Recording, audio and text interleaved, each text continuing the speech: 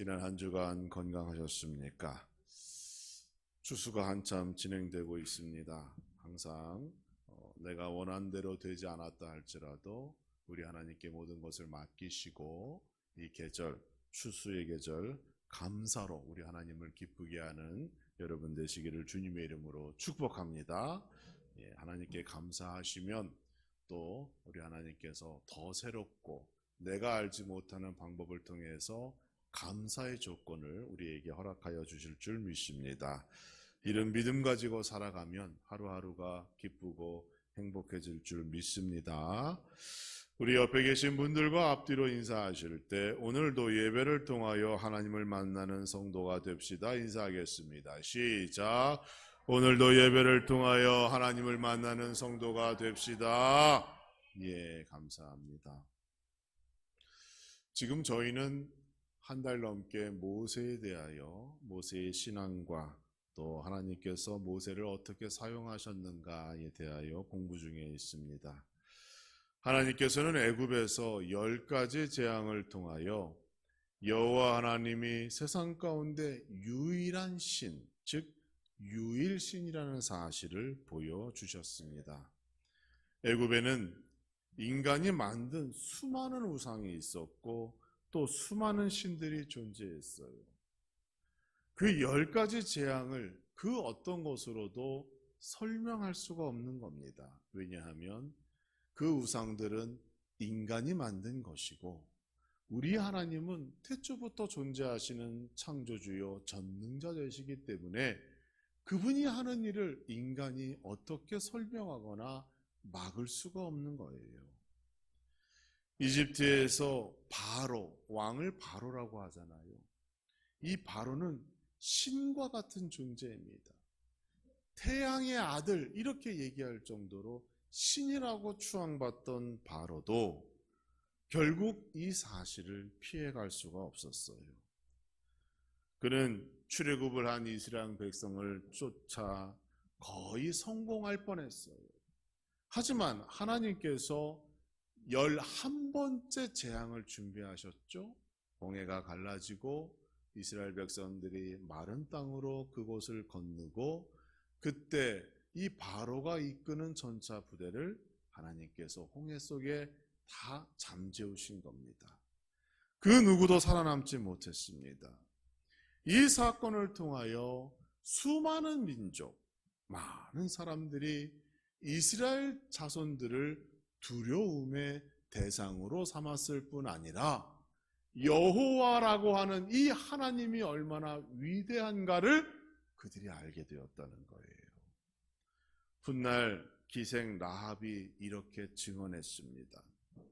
말하되 여호와께서 이 땅을 너에게 주신 줄을 내가 아노라.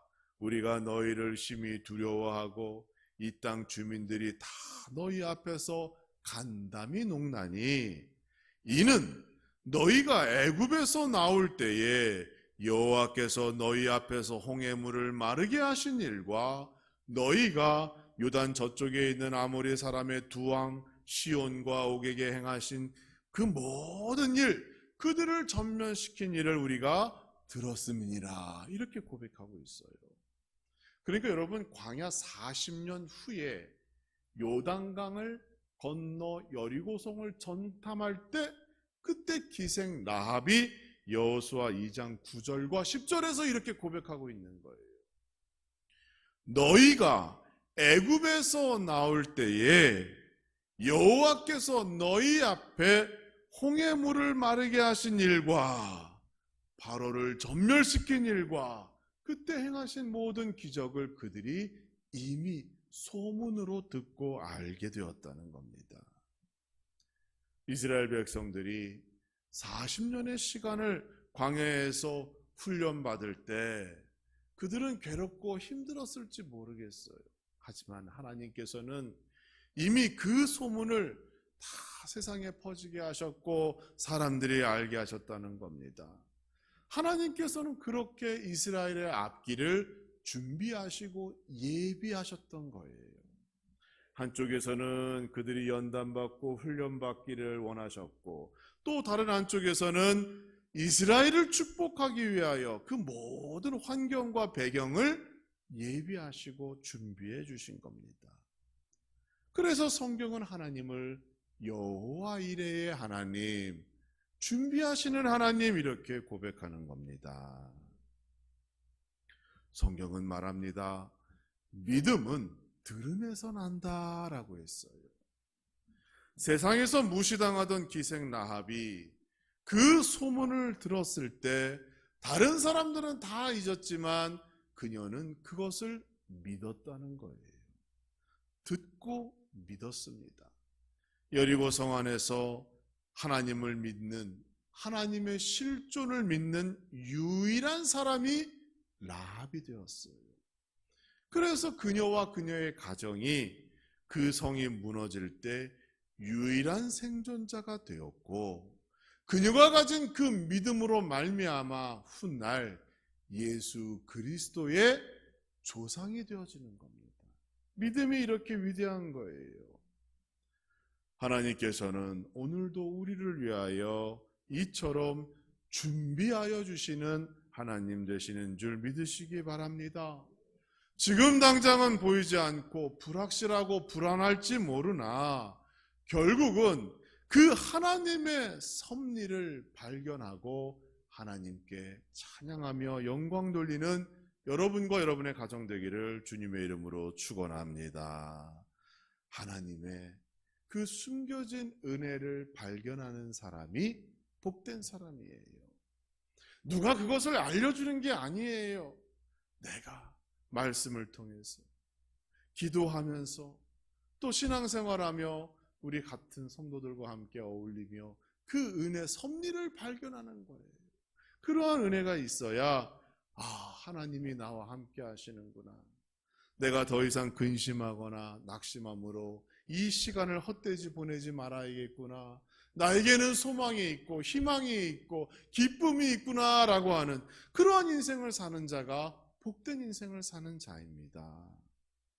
하나님께서 이처럼 홍해를 건넨 이스라엘 백성들의 소문이 세상에 곳곳에 퍼지도록 준비하여 주셨습니다. 이스라엘 백성들에게는 큰 자부심이 되었어요. 세상 가운데 진짜 하나님, 참 신이 누구인지를 명확하게 보여주신 그 사건이 바로 홍해의 사건입니다. 뿐만 아니지요. 여호와 이레의 하나님께서 출애굽을 한 이스라엘 자손을 위하여 새로운 것들, 이전에 경험해 보지 못한 것, 듣도 보도 못한 것들로 그들을 축복하시고 준비하셨어요. 불기둥과 구름기둥으로 그들의 낮과 밤을 책임지셨고, 만나와 메추라기로 그들의 배고픔을 해결해 주셨고, 성경을 보니까 그 40년 동안 그들의 의복이 헤어지지 아니하였더라라고 하는 고백도 있어요. 그러니까 하나님의 축복이 얼마나 큰지 그들이 알고 있어야 하는 것이죠. 그럼에도 우리는 여전히 궁금한 게 있습니다. 왜 하나님은 40년 동안 그들을 그 죽음의 땅, 황량하고 척박한 물이 없는 광야에 머물게 하셨는가 하는 궁금증이 있어요. 그 전능하신 하나님께서 한 40일 정도만 그렇게 훈련해도 되지 않았을까?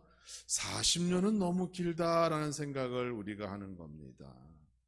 여기에는 두 가지 목적이 있지요. 첫 번째는 하나님과 함께 하면서 진정한 축복이 시작되어진다는 것을 알게 하기 위함입니다. 유대인들이 지금도 하는 농담이 있다고 그래요.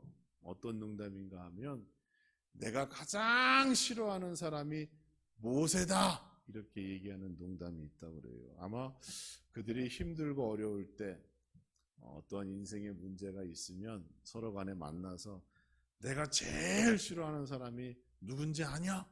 모세야! 이렇게 얘기하는 것 같아요. 왜 그럴까요? 왜 모세는 40년이라는 시간이 있었음에도 하필 기름 한 방울 나지 않는 그 땅으로 우리를 인도했느냐, 이 얘기를 하는 겁니다. 생각해 보니까 그 말이 맞아요. 지금 이스라엘이 택한 그 가나안 땅에는 여러분 기름이 나지 않아요.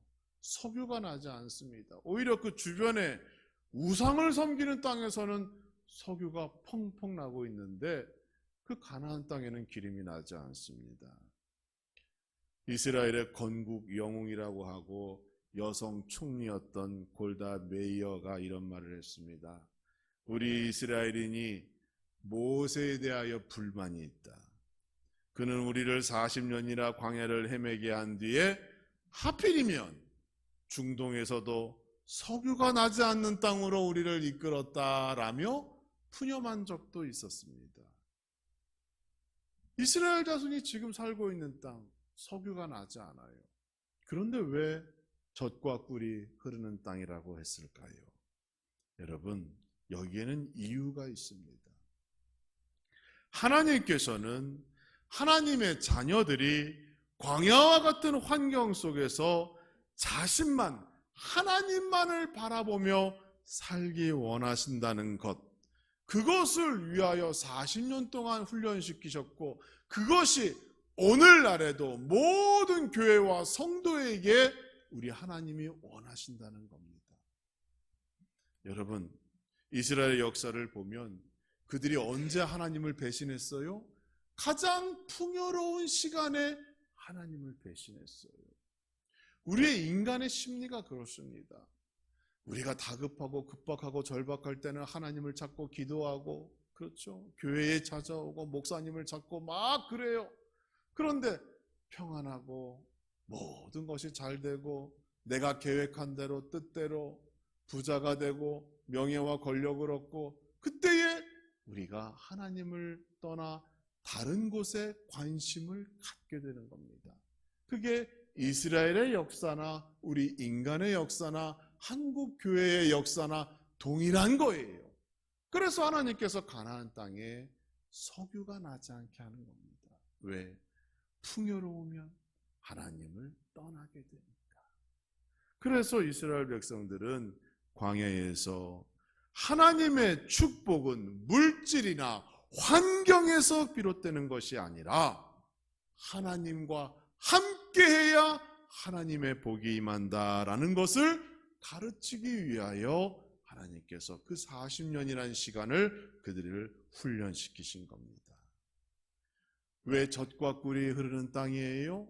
그 척박한 가나안 땅이라도 하나님이 함께 하시면 거기에 모든 것들이 일용할 양식으로 채워주시고 필요한 것으로 채워주시고 기도의 응답이 나타나고 역사가 나타나기 때문에 그곳이 젖과 꿀이 흐르는 땅이 되는 겁니다. 사랑하는 성도 여러분, 우리의 삶 속에서 이러한 놀라운 하나님의 섭리를 발견하시고 뜻을 발견하시고 하나님을 바라보는 자, 하나님만을 의지하는 자가 진정한 행복자라는 사실 여러분 꼭 기억하시기 바랍니다. 또한 광야는 세상과 단절된 곳이지요. 이집트 문화와 단절되었습니다. 가나안 문화와 단절되었습니다. 세상과 단절된 곳, 그곳이 광야입니다. 그곳에는 그런데 다른 곳에는 없는 한 가지가 있어요. 하나님의 은혜와 사랑이 있는 거예요. 하나님과 대화하기 좋은 곳입니다. 하나님과 말씀하기에, 하나님의 말씀을 듣기에 좋은 곳이에요. 하나님께 예배드리기 좋은 곳이에요. 그것이 광야입니다. 그럼 여러분, 이것만 들어도 하나님이 무엇을 원하시는지 여러분 아셔야 해요. 예수님께서도 공생애를 시작하시 전 40일을 광야에서 금식하셨다는 거예요. 온전히 하나님께 기도하고 하나님의 음성을 듣고 하나님의 섭리와 뜻을 발견하기 좋은 곳이 광야입니다. 그래서 하나님께서는 그곳에서 그들을 인도하여 내사 이러한 축복의 비밀, 하나님이 원하시는 삶이 무엇인가를 알려주시는 거예요. 광야는 겉으로 보기에 황무지 땅이요, 죽음의 땅이요, 아무것도 할 수 없는 땅으로 보이지만 사실 그곳은 하나님을 만나는 장소고 기도하는 장소고 음성을 듣고 말씀을 듣는 축복의 땅이었던 것입니다.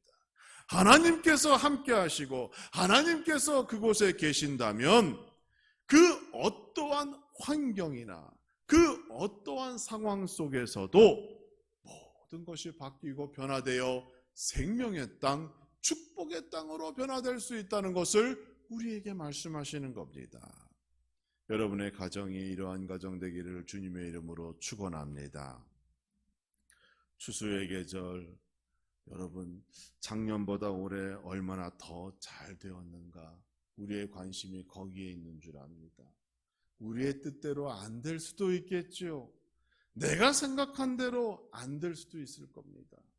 쌀값이 어떻고 물가가 어떻고 얼마나 민감해요, 이 시기에. 그러나 여러분 하나님께 맡기시고 하나님을 바라보세요. 하나님께서 모든 고난은 끝이 있고 그 고난 뒤에는 하나님의 살리는 축복이 있다는 것을 기억하시고, 내 소원대로 바람대로 기도의 제목대로 원한대로 되지 않았다 할지라도 낙심하지 마시고 이 계절을 감사의 계절, 기쁨의 계절로 하나님께 맡기시고 하나님과 함께하는 여러분 되시기를 주님의 이름으로 축원합니다. 두 번째 목적은 오늘 본문의 말씀과 관련이 있어요. 동역과 나눔의 소중함을 알게 하기 위함입니다. 우리 모두는 하나님으로부터 직분을 받았어요. 사명을 받았습니다. 영혼과 생명을 구원하고 땅끝까지 예수 그리스도의 복음을 증거해야 할 책임이 우리에게 있어요. 우리가 받은 직분은 세상의 것과 다릅니다. 세상은 직분을 받으면 부와 명예와 권력이 뒤따릅니다. 그러나 우리가 받은 직분은 이러한 성격의 직분이 아닙니다. 오히려 반대지요. 나의 것을 나누어 줘야 해요. 나의 것을 주어야 해요. 받는 기쁨이 아니라 나누는 기쁨을 배워가는 것이 우리가 받은 직분입니다. 세상 속에서 얻는 직분은 자신이 일하면 일할수록, 수고하면 수고할수록 풍요를 맛볼 수 있는 직분이에요. 세상은 그렇게 약속합니다. 열심히 일하면 얼마 벌 수 있다. 우리에게 그렇게 약속하잖아요. 그러나 교회 안에서 하나님께서 우리에게 주신 직분은 우리가 일하고 수고한다고 하여 우리의 곳간이 채워지는 그러한 직분이 아닙니다. 대신에 하늘의 창고가 풍성해지고 가득 채워지며 장차 주님이 오시는 날 우리에게 주실 상급과 면류관이 준비되어져 있다라고 약속되어져 있어요. 그러니까 세상의 것과는 그 시작도 과정도 끝도 완전히 다른 거예요. 모세로 다시 한번 돌아가 봅니다. 모세는 40년의 시간을 왕궁에서 살았어요. 엘리트 중에서도 초엘리트 왕자가 받는 그러한 교육, 그러한 환경에서 40년을 보냈습니다. 출세가 보장되었어요. 어찌 보면 모세도 잘하면 왕이 되었을 수도 있겠어요. 왕이 되는 리더십을 공부하고 지시하고 명령하는 것, 여러분 그것이 모세가 받은 그 왕궁 40년의 교육이에요. 왕으로서, 왕자로서 리더십으로 명령하고 지시하고 그런 것들을 그가 배웠던 것이죠. 그런 모세를 하나님께서는 40년 동안 어디로 보내셔요? 미디안 광야로 보내십니다. 왜? 목자의 삶을 살게 하기 위하여. 목자는 지시하는 게 아니에요. 양과 염소를 하나하나 만지며 하나하나 관리하고 하나하나 관심 갖고 사랑해야 하는 것이 목자입니다. 왕의 리더십으로는 하나님의 이 직분, 사명을 다 감당할 수가 없었어요. 그래서 하나님께서는 예수 그리스도와 같이 섬기고 사랑하는 그러한 목자의 리더십을 통해 그 모세의 부족한 단점을 보완하신 겁니다. 예수님은 군림하는 왕으로 이 땅에 오신 것이 아니시지요? 그분은 종의 모습으로 우리를 섬기고 사랑하고 자기의 목숨을 내놓기 위하여 이 땅에 오셨습니다. 모세도 마찬가지로 이스라엘의 지도자가 되기 위하여 왕의 통솔력도 필요했지만 그에게는 양 하나하나를 섬기고 사랑하는 이 목자의 겸손의 종의 리더십이 필요했던 거예요. 그래서 하나님께서 이 두 가지를 잘 균형 잡히도록 만드신 거예요. 그게 모세가 왕궁에서의 40년, 미디안 광야에서 40년, 도합 80년 동안 가르치신 것이 그 내용입니다. 하나님께서는 이처럼 균형 잡힌 삶을 중요하게 여기셔요. 믿음과 행위가 균형 잡혀야 합니다. 말과 행동이 일치되어야 합니다. 이제 어느 정도 모세가 이러한 균형 잡힌 리더십을 갖게 되었을 때에 여기에 치명적인 단점 하나가 발견되게 되는 거예요. 무엇인가 하면 아무리 좋은 지도자로 훈련받고 교육되어지고 준비되었다 할지라도 그 수많은 일들을 자기가 다 감당할 수가 없었어요. 여러분, 모세가 아무리 목자와 같은 마음을 가졌다고 해도 이스라엘 백성이 장정만 60만 명이요, 가족을 합치면 100에서 150만 명인데 그 사람들을 어떻게 다 케어합니까? 못하지요. 예수님께서도 공생의 초기에 하신 일이 있어요. 12제자를 부르셨어요. 그들에게 일을 맡기시고 함께 동역하셨던 겁니다. 초대교회도 마찬가지지요. 처음 사도들은 교회의 모든 일을 다 혼자 스스로 감당했어요. 그러나 복음을 전하는 일에 너무도 제약이 많고 시간을 빼앗기다 보니 나중에 어떻게 했어요? 7 집사를 택하여 그들에게 일을 나누어 준 겁니다. 그들에게 구제하는 일을 맡겼고 교회를 돌보고 신방하는 일을 맡긴 거예요. 그래서 사도들은 온전히 복음만 전하는데 전념할 수가 있었던 겁니다. 모세도 하나님의 좋은 직분자요, 백성들에게 훌륭한 지도자로 80년 넘게 훈련받은 거 사실이지만 그가 감당해야 할 백성의 숫자가 너무 많다라고 하는 그러한 치명적인 약점이 그에게 있었던 겁니다. 아무리 열심히 자기가 일을 해도 그 많은 백성들을 다 케어할 수가 없었던 거예요. 이때 여호와 이레의 하나님께서 모세의 장인을 부르십니다. 만나게 하시고 그를 통하여 동역과 나눔이 얼마나 중요한지를 보여주십니다.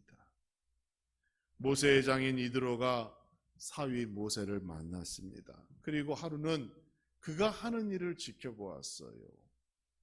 모세가 백성들을 재판하기 위하여 자리에 앉아 있고 문제가 생긴 백성들 한 명 한 명을 모세가 다 만나 해결하는 모습을 보았습니다.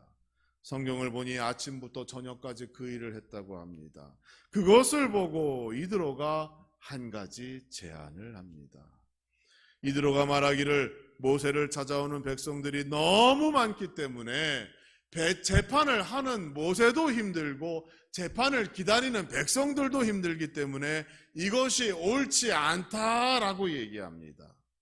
히브리 원어를 보면 옳지 않다라고 할 때 그 옳다를 토브라고 말하고 있는데 그 뜻이 선하다, 유익하다라는 뜻이에요.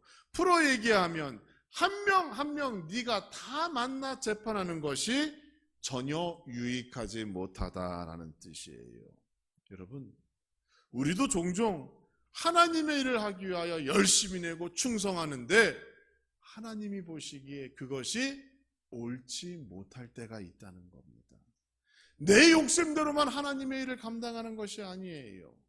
하나님께서 어떻게 우리를 인도하시고 무엇을 원하시는가, 여기에 동역과 나눔의 원리를 배우시는 여러분 되시기를 주님의 이름으로 축원합니다. 그래서 이드로가 10부장, 50부장, 100부장, 1000부장 지도를 알려주는 겁니다. 자신이 해야 할 일들을 그 동역자들과 함께 나누어라, 함께 일해라 라는 뜻이 되는 거예요. 큰 일, 중요한 것은 모세가 처리하되 나머지 일들은 함께 나누고 함께 통역하며 하나님께 영광 돌리는 그러한 그 위대한 지도자로 모세가 다시 한번 거듭나게 되는 겁니다. 하나님께서 세우신 광야 학교는 이러한 것을 배우는 곳이에요. 40년 동안 고생시키며 단지 육체적 고통을 감내하는 인내심을 길러내는 곳이 아닙니다. 그곳에는 하나님의 뜻을 발견하는 것이고 하나님과 대화하는 곳이고 하나님을 경험하는 곳이에요. 무엇보다 모든 성도 한 명 한 명이 하나님이 원하시는 직분자로 거듭나는 곳이 그 광야입니다. 천국은 개인이 예수 그리스도를 믿어야 구원을 얻어가는 곳이지만 그 천국의 모델인 교회와 가정은 내 욕심대로 내 힘으로만 이룰 수 있는 것이 아닙니다. 동역과 나눔을 통하여 유지하게 됩니다. 나 하나 잘한다고 교회가 잘 되는 게 아니에요. 하나님의 일을 함께 나눌 수 있어야 해요. 서로 도우는 동역의 역사가 나타나야 합니다. 서로의 부족함을 채워주는 교회, 서로의 연약함을 채워주는 가정, 그래야 천국이 되어지는 거예요.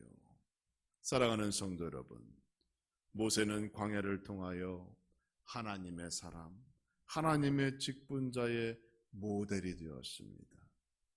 광야 40년 요단강을 건너기 직전까지 자신에게 주신 직분과 사명, 이러한 동역과 나눔의 원리로 그 사명을 잘 감당하였습니다. 지금 여러분의 인생이 광야와 같은가요? 황량하고 또 문제가 나타납니까? 그때 모세를 바라보시기 바랍니다. 모세는 그 광야에서 하나님만 바라보았고 하나님을 만났습니다. 동역과 나눔의 리더십을 통하여 더욱 충성된 하나님의 사람으로 변화되었습니다. 그 놀라운 여호와 이레의 은혜와 축복이 여러분의 삶 가운데 이 계절 다가오는 11월 여러분의 삶 속에 나타나기를 주님의 이름으로 축원합니다. 그리하면 지금보다 교회에서 신앙생활하는 것이 더 기쁨이 있고 만족이 있고 또 이 광야와 같은 세상 속에서 이 교회 안에서 하나님을 만나시는 일에 하나님을 경험하시고 교제하는 일에 더 열심을 가지시고 충성해 나갈 때 우리의 삶이 모세와 같은 그러한 기쁨과 만족과 소망에 넘치는 삶으로 변화되게 해줄 줄 믿습니다. 여러분, 이 한 주간 잘 10월을 정리하시고 다가오는 11월 이제 많은 일들이 또한 준비되어져 있습니다. 추수감사절도 있고 추수감사절 끝나면 또 대림절기죠. 성탄 준비도 해야 되고 연말도 준비해야 합니다. 이러한 많은 일들 앞에서 하나님 저에게 지혜를 주옵소서, 동역하고 나눔의 기쁨을 알게 하여 주옵소서. 그 놀라운 기도의 제목을 통해서 새로운 11월을 맞이하시고 하나님의 놀라운 축복이 여러분의 삶 가운데 넘쳐나기를 주님의 이름으로 축원합니다.